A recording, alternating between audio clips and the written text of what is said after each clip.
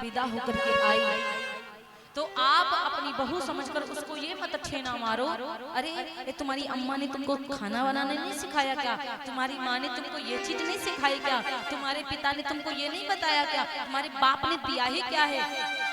ये सब कभी भी मत कहो। जैसे आपकी बेटी विदा होकर जाती तो आपको बड़ा रोना आता है, उसी प्रकार वो भी किसी की बेटी है, वो भी विदा होकर के आई है तो उसका भी इज्जत करना सीखे।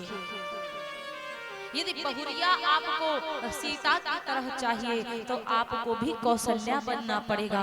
और कौशल्या बनने का मतलब ये नहीं है कि आप सास बनकर बैठी केवल आर्डर पे आर्डर दे रही हो, ये करो वो करो वो करो। कभी भी बेटी से तनिक गलती हो जाए बहू से, उतना बड़ा बड़ा मत बना कर बताओ कि नहीं नहीं इसने तो ये काम बिगाड़ दिया। कभी कभी बहू को बेटी समझकर उसको पास बुलाओ, बिठाओ कि बिटिया ये काम आज ऐसे हमारे यहाँ नहीं होता, ऐसे होता है, ये काम इस प्रकार करना, तब तो ठीक है। सीता जी कभी भी अपनी सास से पूछने नहीं जाती थी भोजन कि माँ चलो खाना खाओ, क्योंकि जानती थी अभी माँ को हमारी भूख नहीं है।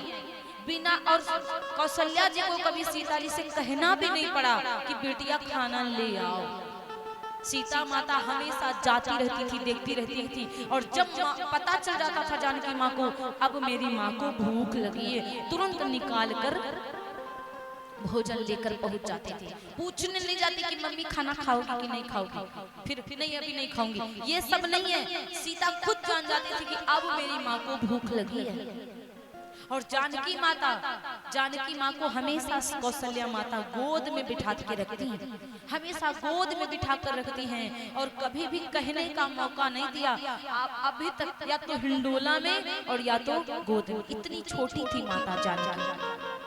अभी माता जानकी जितनी भी बहनों का विवाह हुआ था सब कच्ची उम्र की थी, सब अपने अपने सास के पास विश्राम करती हैं। और जो राम जी थे, भरत शत्रुघ्न लक्ष्मण थे, वो सब अपने पिताजी के पास निवास लेटते थे। इस प्रकार अयोध्या में प्रेम है। बोली व्यास भगवान की जय।